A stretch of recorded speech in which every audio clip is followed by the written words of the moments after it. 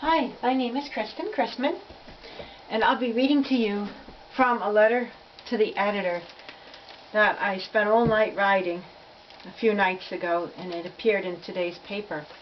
I was really upset when I found out that the Biden administration had approved the use of long-range missiles in Ukraine against Russia, because I voted for Trump. It was primarily a vote against Biden, and I'm not trying to preach to you what's right or wrong about voting decisions, because it's very personal. But for me, of course, foreign policy was very important, and above all, I hate this war against Russia, and I was voting against the war largely. I was also voting for Robert F. Kennedy Jr., who joined Trump, and I was extremely much voting against the propaganda machine that's in cahoots with the Biden administration. Now, with Trump being elected, the propaganda machine still exists, and of course every day I'm sure it will be criticizing him just as it did during his first term. But at least he is not a part of it. And he may lie. They say he's a compulsive liar, but those are lies I think you can see through more easily. But the lies of the propaganda machine are manipulative.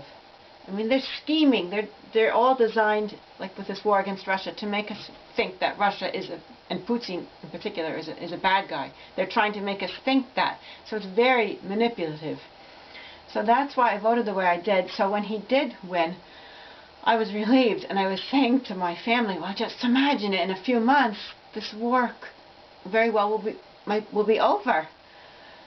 And then when the Biden administration, because I don't know if it's Biden or if it's Jake Sullivan or Antony Blinken or all of them, decided to approve of these weapons, it was just horrible, probably for many of you too, extremely upsetting. So I spent the night I learned about it writing this. And the paper entitled it very nicely, Rein in Biden's Proxy War Against Russia.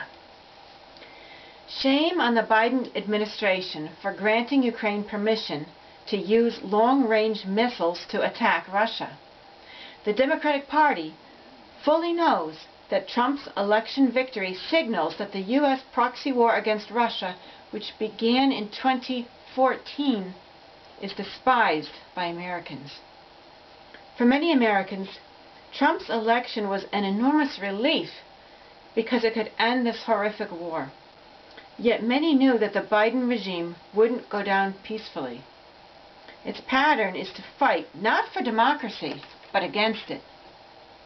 Obama and Biden administration officials, including Jake Sullivan, Victoria Nuland, and Jeffrey Pyatt, had murky relations with Ukraine's violent 2014 coup, which undemocratically installed a pro-NATO leader.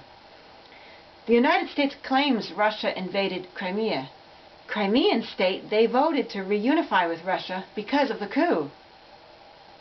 The United States and NATO have long coveted Crimea's Black Sea.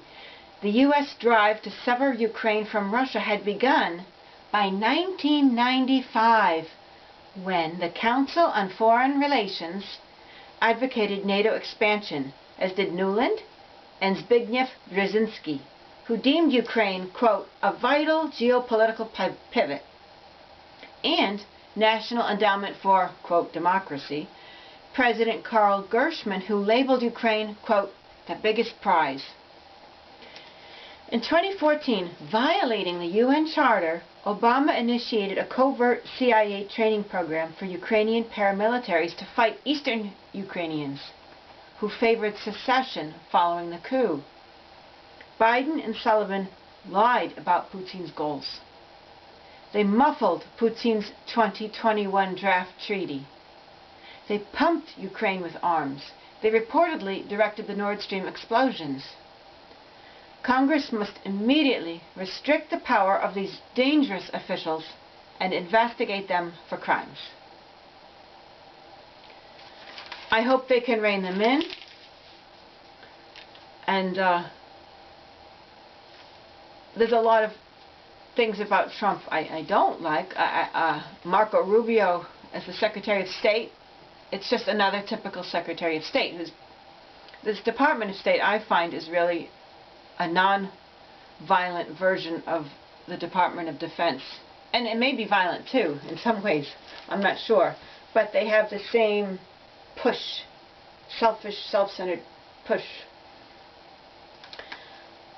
And I don't like his get tough, his cure for conflict being toughness. I don't like that either. But I do like the fact that he said he would stop this war, and that to me seems vitally important to do right now, because it's very dangerous. But now Biden and Jake Sullivan and Blinken, who knows if they can be stopped or not. But thank you very, very much for listening. I really appreciate it.